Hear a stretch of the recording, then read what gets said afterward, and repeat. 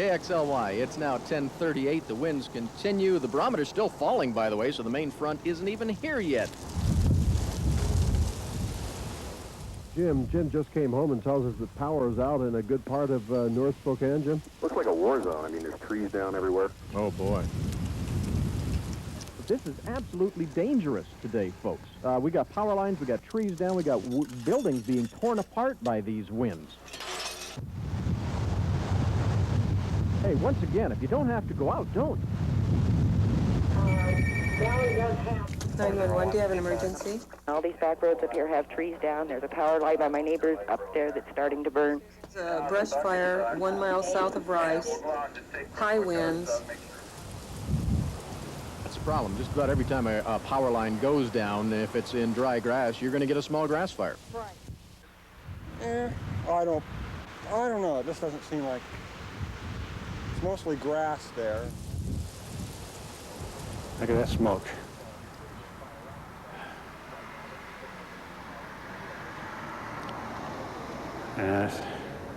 It's not good. The airport, we understood, was closed and so far has not been reopened. There's quite a bit of confusion here and very low. It's 12:43, and boy, what a day we've got. Dust and wind and power outages and schools being shut down. Folks are calling and wondering just how long these conditions are going to last. Actually, we don't think that they're going to last that much longer because the front now is just... 911, do you have an emergency? There's a fire north of Chatteroy. Hold the line, please. It's bad. We have at least 3 fires burning in this area. It's worse on the east side, but it's burning on the east and west side of the road. And fire officials really aren't certain what they have on their hands. But 4 homes in the area of Washington Road over by the airport have now been lost due to fire at a... We now interrupt this program because of a local emergency.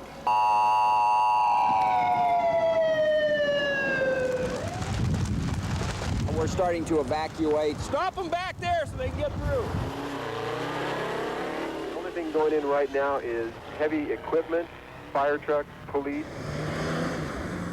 But most of the homeowners that were involved in those fires are actually on scene now. Firefighters have brought them out. Trying to get as many things as possible. A number of neighbors joining in to literally help pull furniture and belongings out of the home while it was still burning. What can you do? Nothing. Nothing. All I'll do is get my pets, jump in the car, and leave. I understand the frustration of being here, but right now they're not letting anybody in. Okay. Anything I can do to assist? I don't think so. So I'm trying to think everything that means something. You know, everything could be replaced, but not sentimental value. You know, we got a barn full of antiques. You know. God. I understand your frustration, but we're not getting fire equipment in. We have several fires, too many to run through at this moment. I mean, I wasn't worried about it. We're evacuating. We've done all of McCoy. We're now evacuating Moffett Road. The fire has already jumped Star Road. It's headed our direction right now. God, I just don't believe it. Jim, I'm in the middle of a firestorm. It's very difficult to see. It's too hot, Darren. I know. We got to get back in there with him. There are burning embers and dust and smoke in the area. Oh. Darren, don't kick it up at me.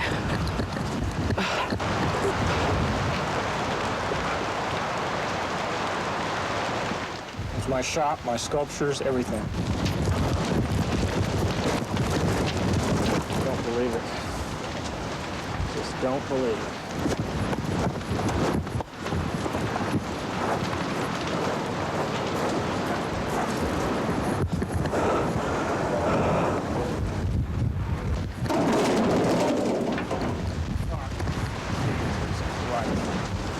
I built that whole son of a bitch from scratch.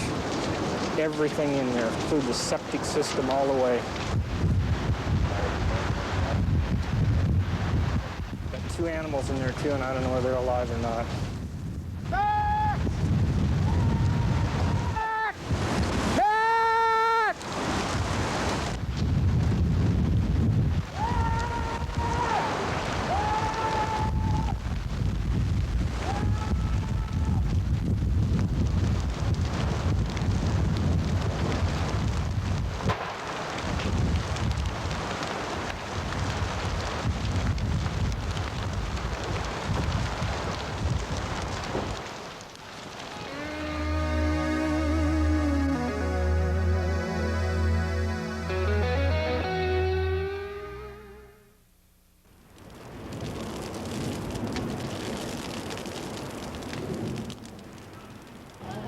this line right here. We're going to attack through. Let's go to work. Go. Let's go! Wait a minute. Jim has given me the high sign. Jim, what you got? Let me get Jim Bolzer in here because he's going to have to move quickly. Jim, where are you? And describe the scene. I'm in the woods somewhere near Shady Rest Road. The trees are going up like matchsticks all around a bunch of houses. I think so far everybody's okay. We've got fire going here. We've got this house here. I can't even figure it out. As you mentioned earlier, that houses in that area are threatened, correct? Yes, they are. People are moving out as fast as they can. It's really going now. All right, Bose, you do the same thing. Don't stay there any longer. All right, I got to get out of here. All right, Bye. thanks. All right, that's the situation this morning. Here it goes, guys!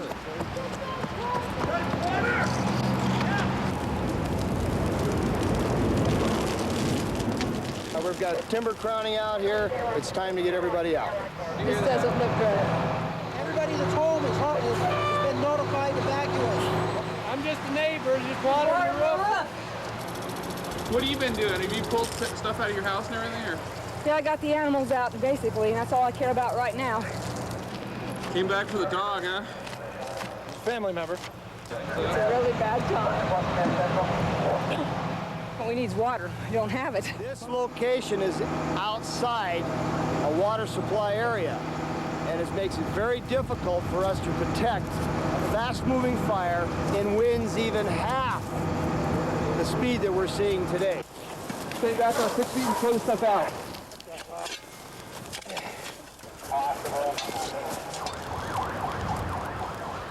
Coming along.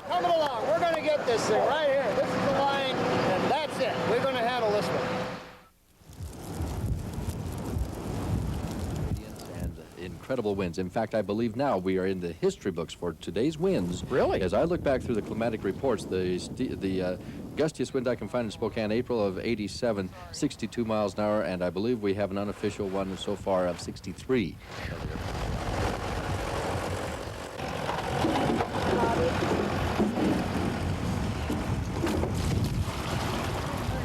Here, take this half one. I'll get this one.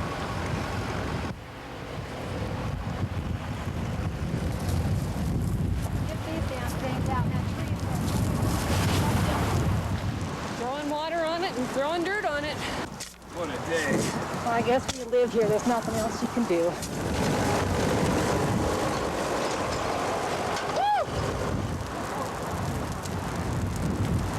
How are you dealing with this? Pretty good. I gotta go get some more water. News 4's John Allison is north of Spokane. John, what do you have for us?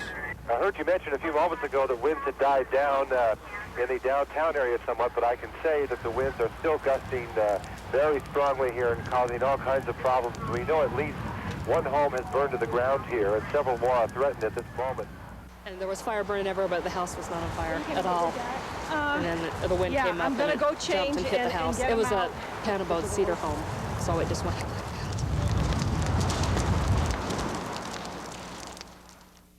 Get the horses out of here?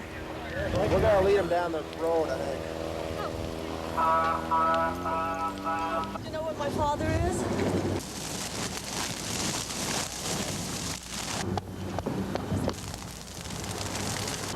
We're doing everything we can.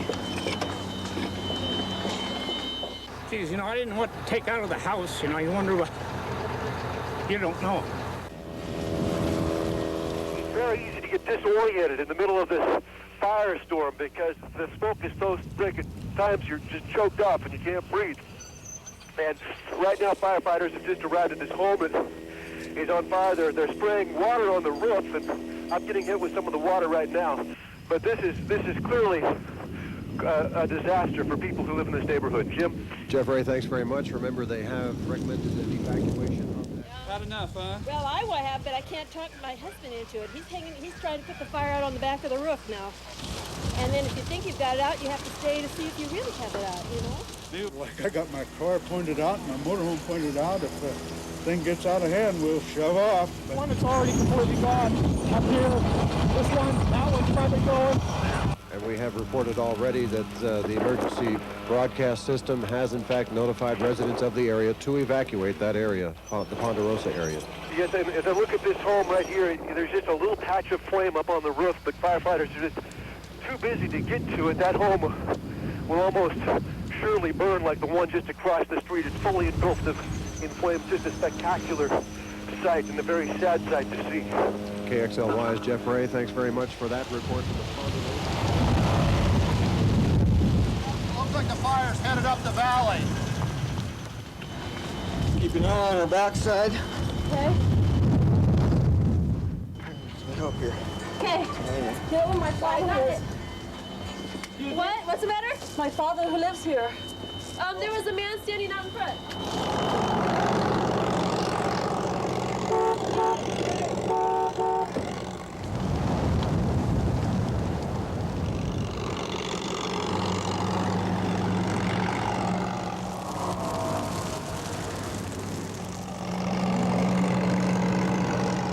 That every time they think they've got it licked, the wind shifts direction, and as long as the wind is blowing, there's no telling how far this fire could go. Jim?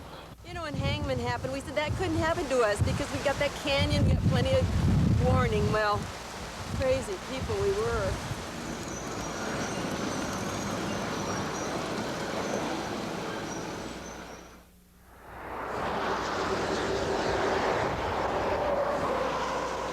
KXLY News 92 AM, not to raise any false hopes, but our wind gauge has been down in the single digits here for the first time in 7 hours. We're down to winds of 5, 6, 7 miles an hour.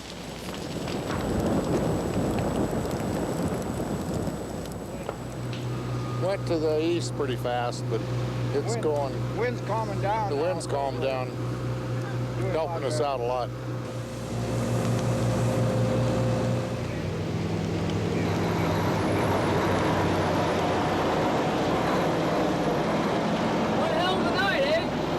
Yeah, we're going to be here for a while.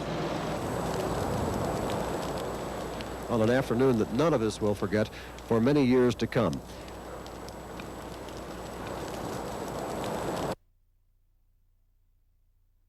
We're going to take a trip up the mountainside. This is a crash course in Fire Ecology 101. We're going to take a trip up the mountainside from the grasslands down the bottom, the sagebrush country, up to the top of the mountain. This is the sagebrush country.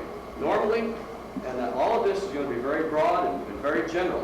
Hopefully, if we spark a little interest, you'll dig a little deeper and maybe some more facts on this sort of thing called fire ecology.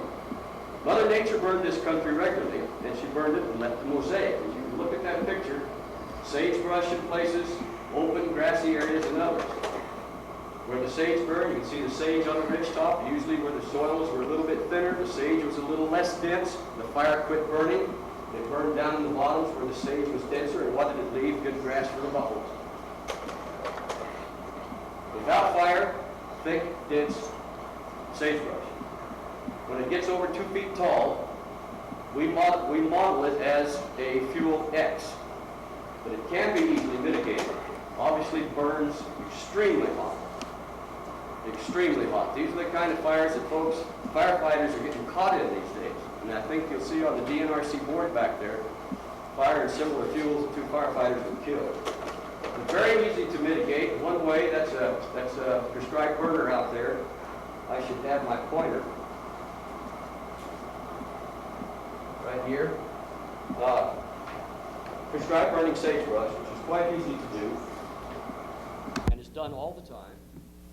I have to tell you, in Helena, I hadn't had the opportunity to work with one of these laser pointers. I couldn't figure out how to work it. And I'm trying to show something up there and show where that guy is, and I was showing it in somebody's eyes back behind me. So I'll just point. But quite easily mitigated. It can be taken care of. Fire is only one way. Plowing is another. There are many ways to get rid of that hazard. Fire more nearly mimics Mother Nature, if you will. This is the result of the North Hill burn in 1984. You see where the fire stopped right on the road. On the other side is the sagebrush. On the right-hand side is where it burned. Fire in that fuel type obviously does very little damage, creates a nice grass stand, But if your house was there, not good. Let's go up the mountainside into the ponderosa pine type. This slide was taken in Mexico, in an area with no fire protection. And look at it. It's an open savanna, if you will, pretty much so. Grass fuels on the ground, a few understory trees, not enough to carry fire into the crowns of the trees. Actually, firefighters could work in there quite easily. Have a fire in that area, you can move pretty fast through a fuel like that. Mother Nature designed ponderosa pine to withstand low-intensity fires. This is the result of fires burning about every 5 to 15 years or so. Mother Nature's way of keeping this particular fuel type cleaned up. Low-intensity fires. She designed that ponderosa pine with big, thick bark around the base, kind of like the tiles on the space shuttle when it enters the atmosphere. When the heat comes up against those plates, they curl and pop away from the base of the tree, removing the heat from the base of the tree, idealistically. So it's built to withstand low-intensity fires at regular intervals. It is not built to withstand crown fires. Now look what happens without fire. This is taken on a ranch up by my place near Wolf Creek, Montana. That's not grass. Those are tiny ponderosa pine trees coming in like grass. Obviously, a low-intensity fire would eliminate most of those. And they grow, until it becomes a jungle. And then we build our homes there. And we say, I want to live in this natural setting. I don't want to cut any trees. But is it really natural? Obviously not. Not from Mother Nature's standpoint, anyway. There's where we build our homes. This is a home not far from Helena, in a place called Blue Sky Heights. And we have one after another, after another, after another of these subdivisions going up in these kind of fuels. It's a disaster waiting to happen over there. And I'm sure you have the same thing here. This is a home being built in that fuel type right behind the Capitol building. And more. This is, used to be the owner of the Ford Motor Company there. He feels he's living in a natural setting. There's a dead ponderosa pine tree right over the top of a shake shingle roof. And cured grass right up to his foundation. Does his home have a chance? Not at all. And he says, insurance will take care of it. But how about all those things you can't replace? Just like the video showed. You think about it yourself. This is looking out the Capitol window out towards South Hills. And the homes being built in that same interface, wildland-urban interface. These homes are not protected by the Helena Fire Department. And you would think they would be, but they're not. They're outside the city limits. And they go clear up on the mountain. And they burn. This is a fire started, the North Hills fire in 1984, taken looking out from Helena, East Helena, over the top of the Conoco bulk plant station there. You can see the smoke in the background in the ponderosa pine type. All along those foothills are mountain subdivisions in the wildland-urban interface, one after another after another. It was all we could do to keep that fire moving back into the timber and away from the homes. So what did we do? We sacrificed the timber to save homes. That's what is happening through our resources. But obviously, homes get first priority, as they should. But we've got to learn to take care of ourselves up there. The fire jumped the Missouri River, maybe you remember this fire, and ran clear on up into the Gates of the Mountains Wilderness area. Eventually stopped the fire near the divide there in the wilderness area. This is the Gates of the Mountains Wilderness area you're looking at back here. And just against it, against the boundary, is another mountain subdivision right here. You can see the road structure there with homes scattered through it. This is just outside of Helena, 1984. What occurs in the ponderosa pine then, and how we know that fire has occurred every 5 to 25 years in this particular type. Obviously, this is a ponderosa pine stand that has burned frequently. Why? How do you know that? You can see the fire scars on it. One thing to be pointed out here is fires in ponderosa pine, as compared to lodgepole, for instance, the reproduction will be long time coming. If you get a crown fire, which is very unnatural to that ecosystem, then you get no reproduction there in the way of timber. But Matt Arno is here, and his dad has done Steve Arno has done a lot of work in showing us how to determine the fire frequency in the various ecosystems by counting the rings between the various fire scars. And what we found in the Ponderosa pine was that before we had interfered at all with suppression or any other effort, fires occurred at 5 to 15 to 20-year intervals, something like that in the Ponderosa pine ecosystem. And since about the turn of the century and so-called European man fire suppression, that interval has widened to, what, 50, 60, 70, 80, 90 years in some cases. So we've lost how many cycles? And we've grown that thick, dense Ponderosa pine, which we call natural, and build our homes there. Now there's things you can do. This is very sterile, but obviously it's one way. But lots of folks look at this picture and say, I don't like that. It's too sterile. I want to live out there where there's a little shade, a few things I can do. Well, there are things you can do. But I think Jack will speak to this subject a bit later, Cohen. But the roof is a composition roof, may even be a tile roof, I'm not sure. But obviously he has taken great pains to protect his home in the wildland-urban interface. But here's another that is quite safe. This individual, Almond Brothers Realty, owns this home. The home is here. And he has thinned the understory out, pruned the trees up about 10 to 15 feet.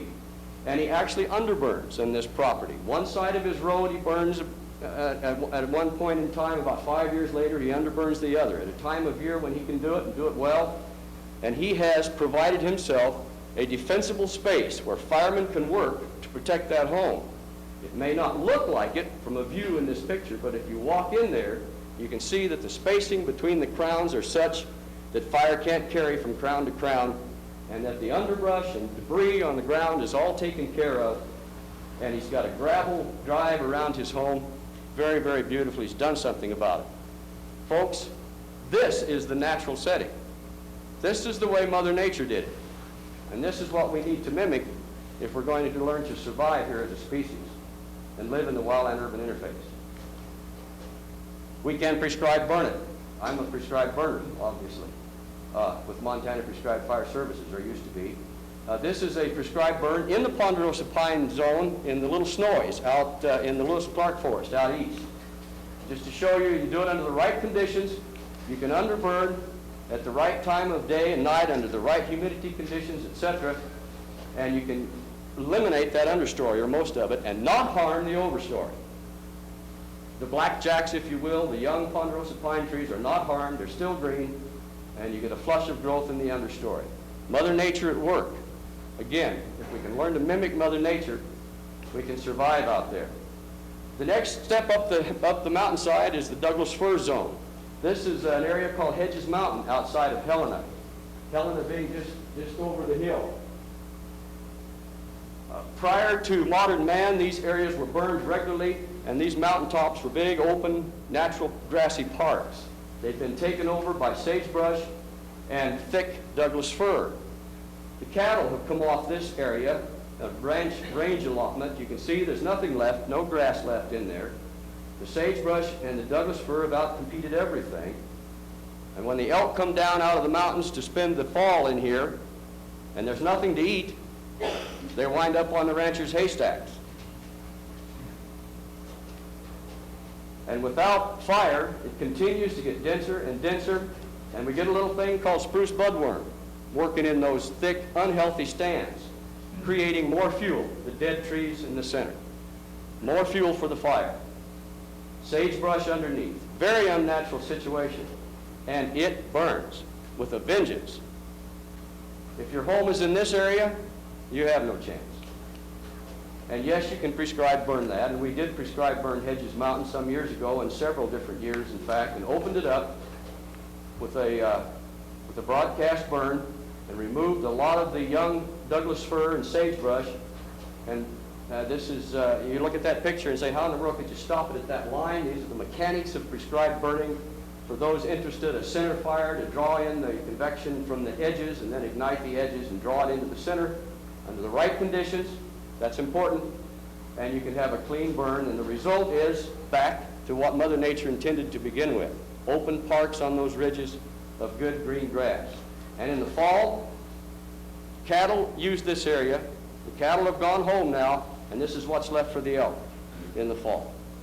Mother Nature knows a lot more than we do. We've got to learn from her. Let's move up the mountainside now. We're going to go clear up into the spruce fir, the lodgepole pine and spruce fir.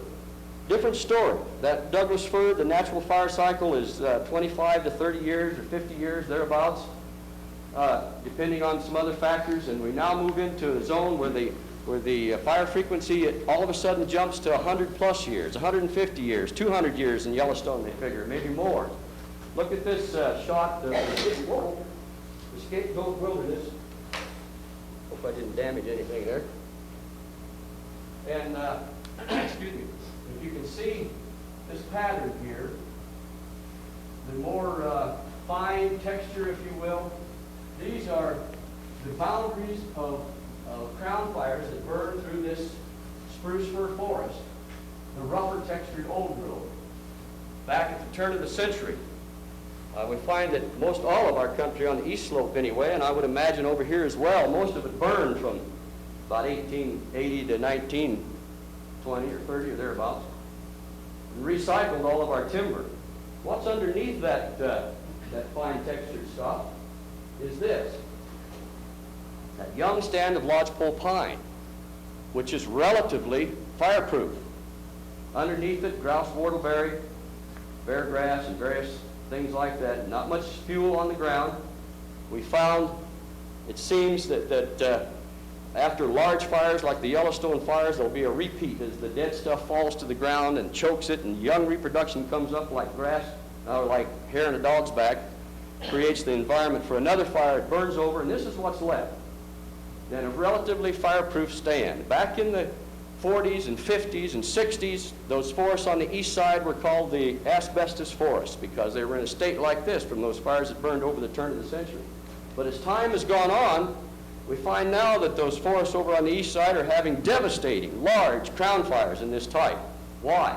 Well, obviously, the fuel, the trees are starting to fall apart, unravel, fall to the ground, the fuel is building up, and prophetically, this is a picture of Yellowstone that I took prior to the 88 fires on just a Sunday excursion out there to kick around. Look at what Yellowstone was up against pre-1988. Tells you many things. The elk didn't have a lot of places to eat, and the fuel is ready to burn. Mother Nature is saying, okay guys, in this type, I build it to burn it. And if it doesn't burn before the understory of spruce fir comes underneath, Mother Nature keeps priming it. That subalpine fir there in the foreground is just like gasoline. It's Mother Nature's way of saying, we're going to get this job done one way or the other. Now, if you live there, is Mother Nature going to look out for you? Obviously not. You have to look out for yourself. The norm in this type is the crown fire. As compared to ponderosa pine, where the norm is a low-intensity fire at regular intervals, the norm in this ecosystem is for major crown fires at long intervals. And what does this is a picture of Warm Springs fire looking right out from Main Street in Helena. In 1988, the Warm Springs fire burned in this type, burned something like 32,000 acres. Those are the lights of Helena, and left in its wake many, many homes burned. There's the lodgepole pine forest. Obviously nothing was done by this landowner to protect himself. In that type, as I said before, about the only thing you can do is create an opening at least twice the height of the trees. Many folks don't like to do that. That lodgepole is very shallow rooted. First wind that comes up blows over. They lost many, many homes. This is a picture in the Gates Park area of the Lewis and Clark Bob Marshall Wilderness that burned in '88 under prescribed fire until such time as we were told it was a wildfire and had to do more suppression action. You can see how a fire in that spruce fir type burns irregular patches, leaves a lot unburned. If you think back now to that first picture I showed you of the Scapegoat Wilderness with the mosaic of fluffy looking green compared to the old growth, that's what this will become. And as it recycles from fire, Looks devastated, looks like landscape of the moon. But these little cones, the lodgepole pine exhibits serotiny in that the cones remain closed until heat opens them up, melts the waxes, the seeds fall to the ground by the quadrillions, and you get that young stand of lodgepole pine coming back in again with many things in between, fireweed and red stem ceanothus and what have you in this picture.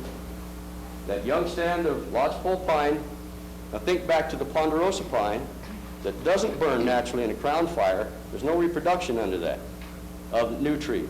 In lodgepole pine forest, very, very thick and very, very dense, it starts the cycle all over again. There's the young, relatively fireproof lodgepole pine, and the cycle repeats itself.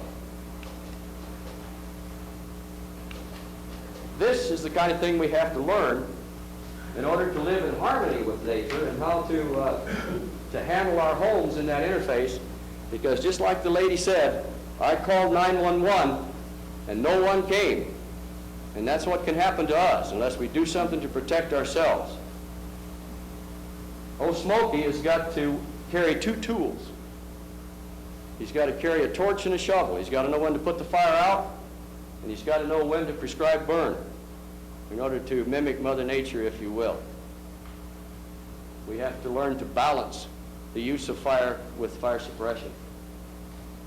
We've got 3 more speakers that are going to get right down to the nuts and bolts of this.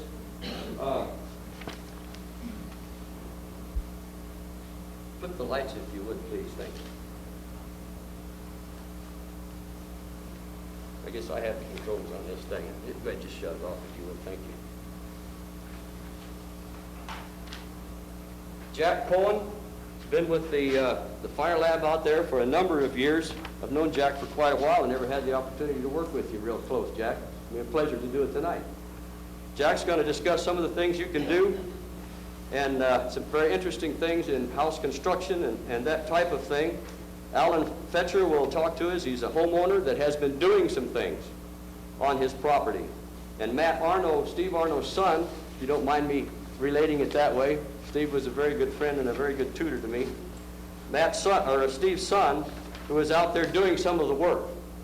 Hired gun, if you will. We need a hired gun over in the Helena area, Matt. I need to talk to you after this is over. And with that, John, unless there's something else in between, Jack, it's your turn. Jack Cohen.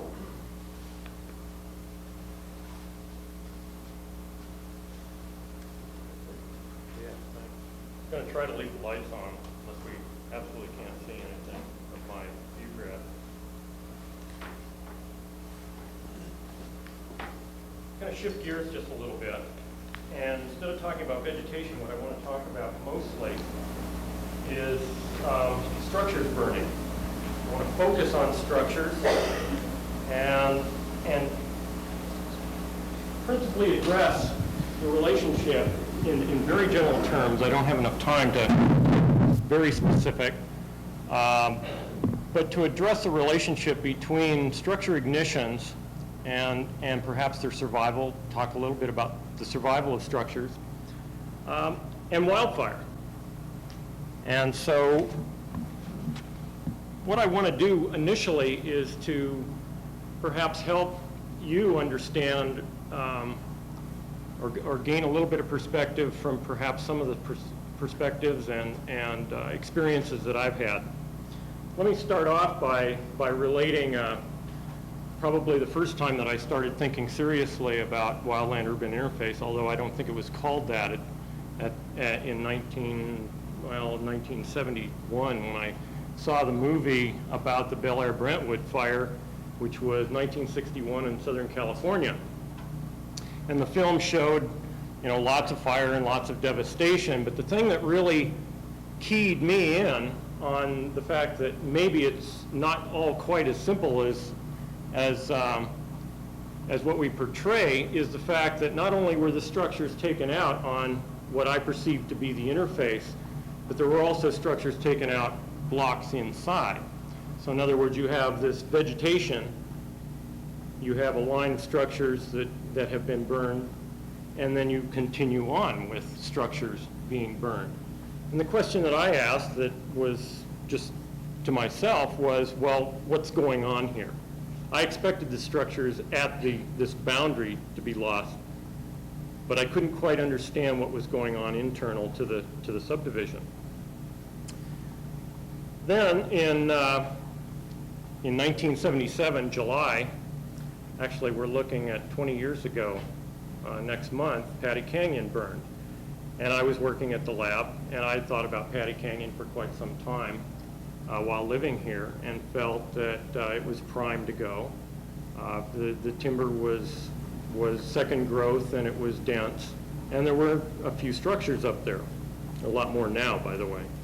So when I saw the smoke, I went up actually as a fire scientist. I figured that wherever there's smoke, I have a place there. So I went up and ended up on Lupine Drive and watched the Crown Fire come up to Lupine Drive and continue on. A couple of things that I found very interesting about that fire was the fact that every firewood pile caught on fire.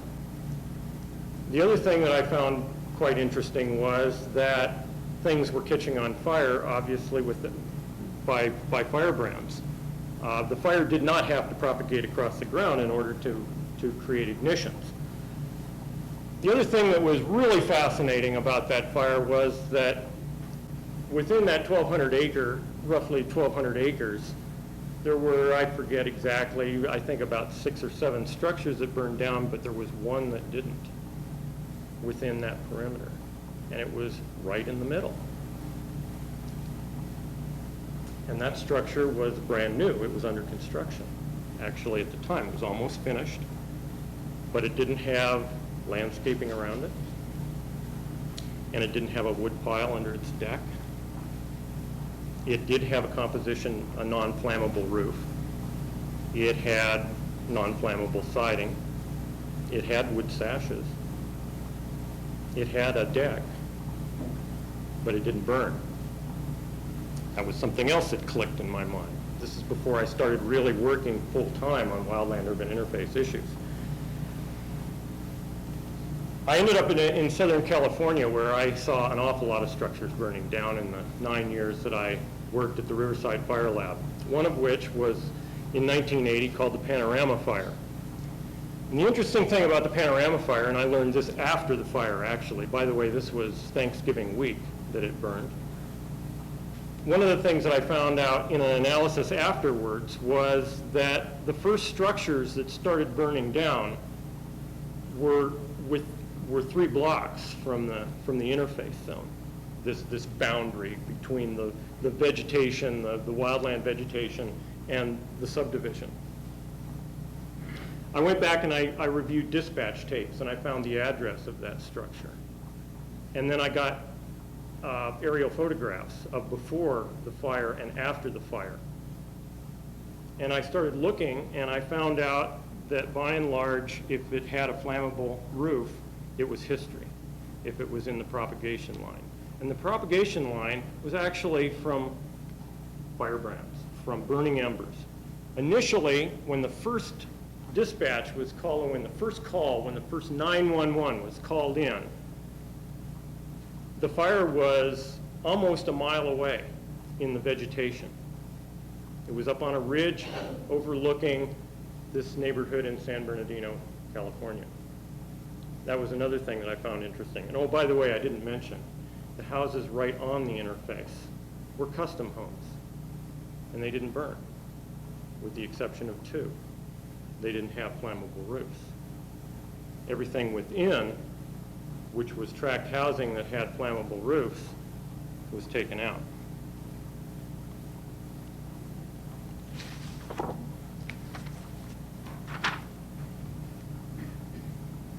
So what I'm going to be talking about principally is structures.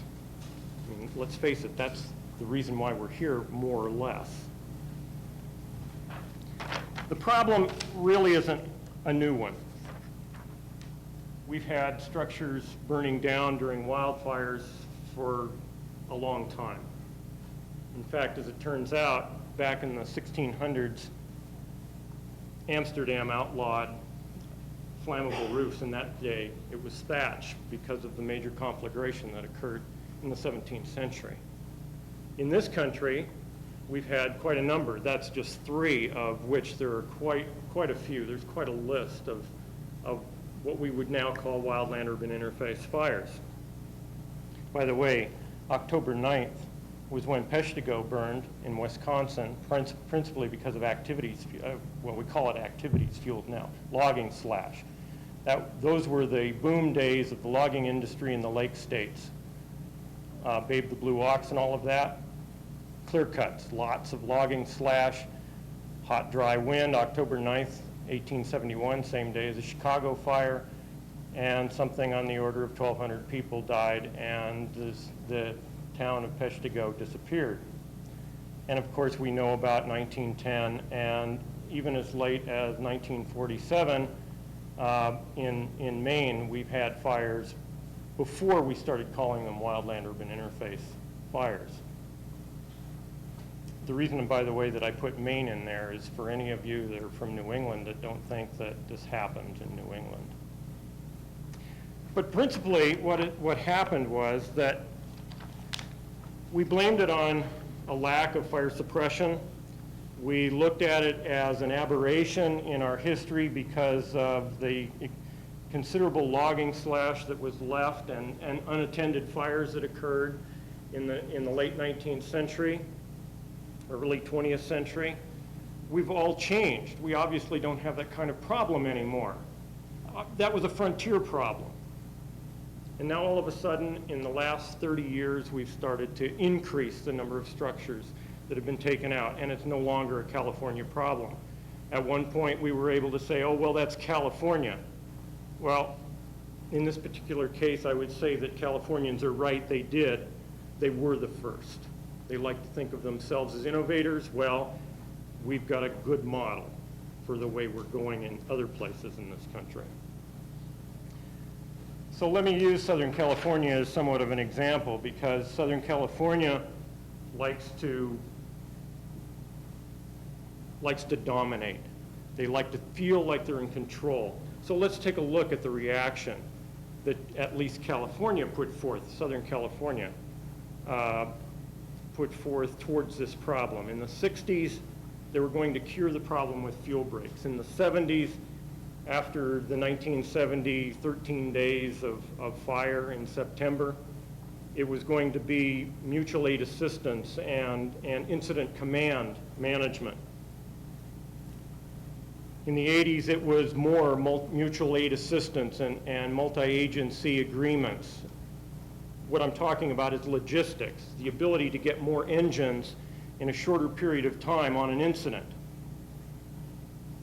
But in 1993, the Laguna fires burned, and once again, hundreds of structures went down in a very short period of time, and they weren't even the best fire services in terms of staff and equipment were not able to cope with that situation.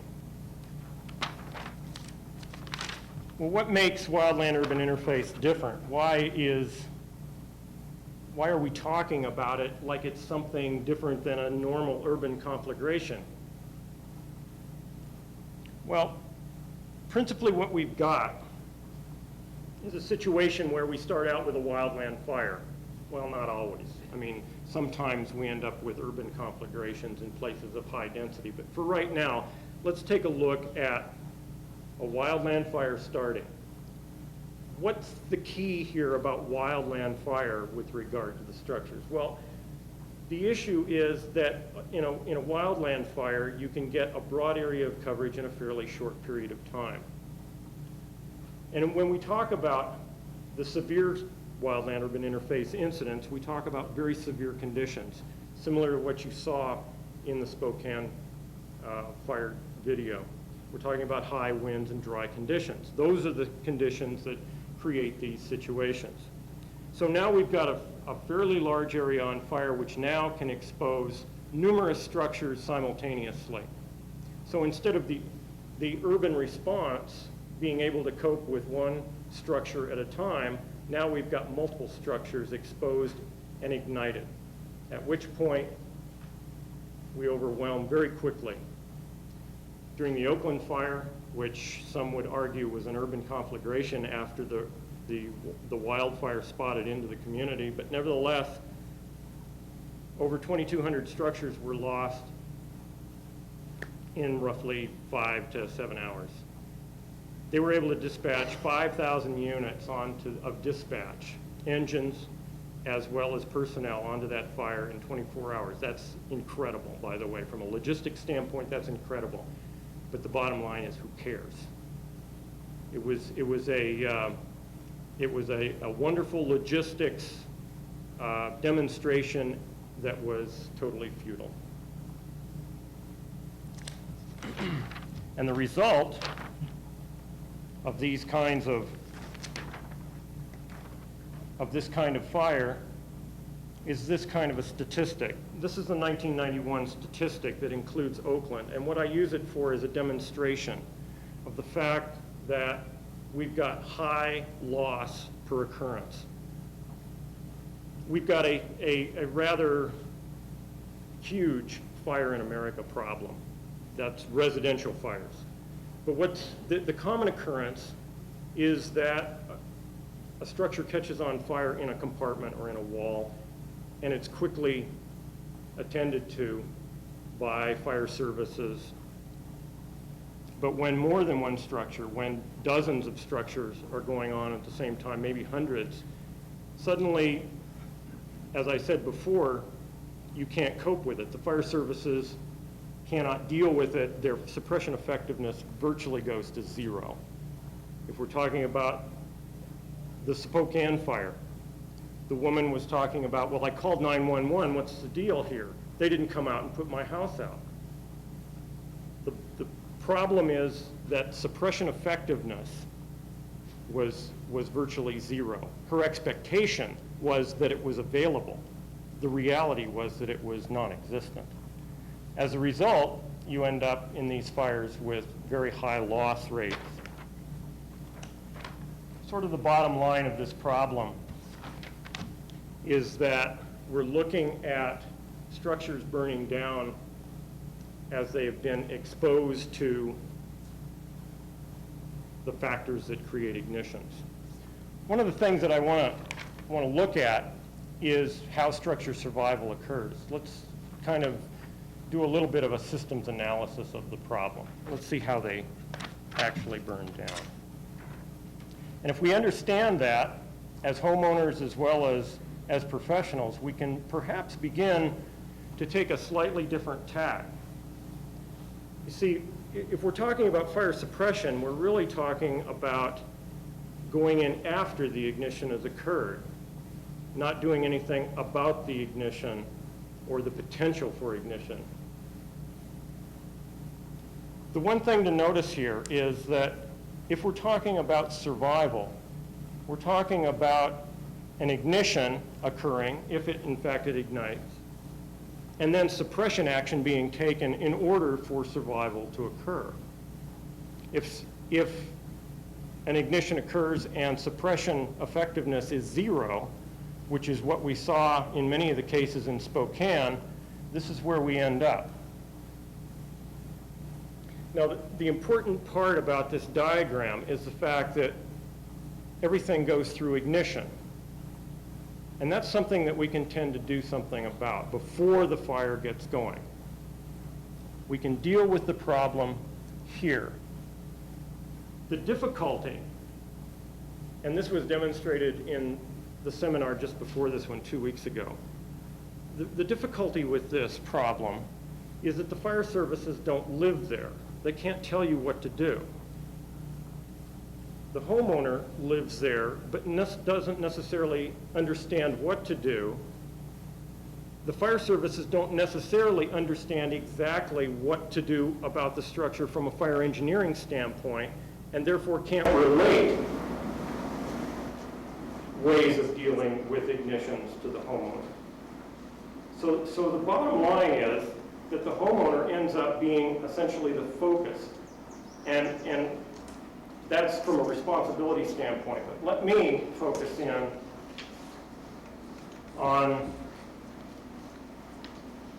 more of the physical reality of the structure and just hint to you that there is a great deal that a homeowner can do about preventing or reducing ignitions. One of the things that I don't want to imply is that you can prevent all ignitions from occurring on your structure. What you can do is you can reduce the ignitability of your structure so that ignitions are manageable. That's the key. Manageable ignitions, not necessarily all ignitions never occurring. Fireproofing is not something that I talk about because it's not necessarily a reality. The ability to manage ignitions very much is a reality. In the video, how many of you paid attention to the houses that were burning without any fire around them? Did you notice that? I mean, did you think that was strange? I mean, what's your impression of a wildland-urban interface fire from the standpoint of how it proceeds? Does the fire just propagate along or spread? By the way, if I use jargon that I'm not used to talking with other than, usually professional people, and so sometimes I use jargon that you may not understand, so, raise your hand and say, hey, look, what are you talking about? Did you have the impression that somehow this fire, like lava, just spread along the ground, took out the house and kept on going, and so everybody has to get out of the way? Well, then how come people were standing under green trees watching their houses burn down? Or was that an aberration? Was that something that just happened in Spokane? I don't know if you can see this. By the way, I took this out of, I got to give credits here, otherwise Newsweek will have me. I took this out of Newsweek.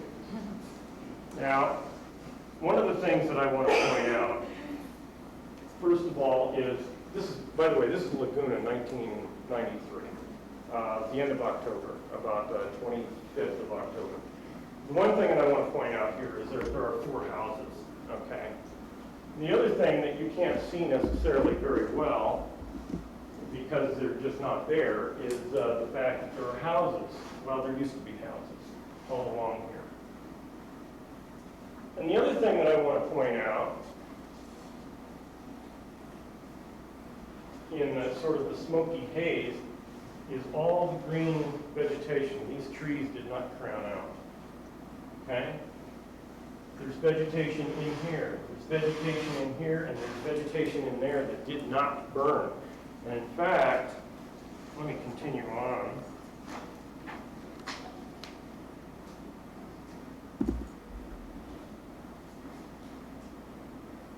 How many of you remember the Miracle House? That's the white stucco house with the red tile roof. Miracle House? I don't think so. I don't like the term miracle. This guy, in the first place, it's an insult to this engineer that engineered this house to survive. That's the first thing. Okay, this guy had everything to do with it. It was not a miracle. The other thing that I want to point out again is all the vegetation. This is all vegetation that did not burn. These houses burned out from inside that vegetation. Okay, those 2 pictures accounted for about 15% of the losses that occurred at the Laguna fire. While I have the opportunity, one thing that I want to point out, this little caption here, and I'll just read it to you. It says, a swath cut through Laguna Beach, destroying 16,000 plus acres and 318 homes. How do you destroy an acre? And I'm not sure. The acres are still there, by the way. There's some vegetation that was removed, but the acres are still there. I mean, some people think California is a whole, but this is not how it happened. This gives me an opportunity to make a pitch for the difference between doing vegetation management for the purpose of sustainability of the landscape, the place you live, the reason why you went there in the first place. I want to draw a distinction between that and the fact that houses are lost, which is another aspect of sustainability. And I want to couch it in the term of sustainability of various things in the wildland-urban interface landscape. Houses can be managed for sustainability separate from the landscape being managed for sustainability. And the reason for that is because of the way ignitions occur. And the testimony to that, to a great extent, is to watch houses burn out. To watch houses burn out from inside the vegetation. This is not an aberration. I've been on a number of incidents where the vegetation closest to the structure is scorched or burned out. The structure is gone, and it's green on the other side where a structure remains. Okay? How does it happen? I mean, vegetation is supposed to carry the fire into the structure, and very often it does. But how did that happen? How about the notion that maybe the structures were more flammable than the vegetation? Is that possible? It's very possible. In this particular case, we're looking at extremes. We're looking at flammable roofs. Of course, we don't have any flammable roofs in Montana, do we?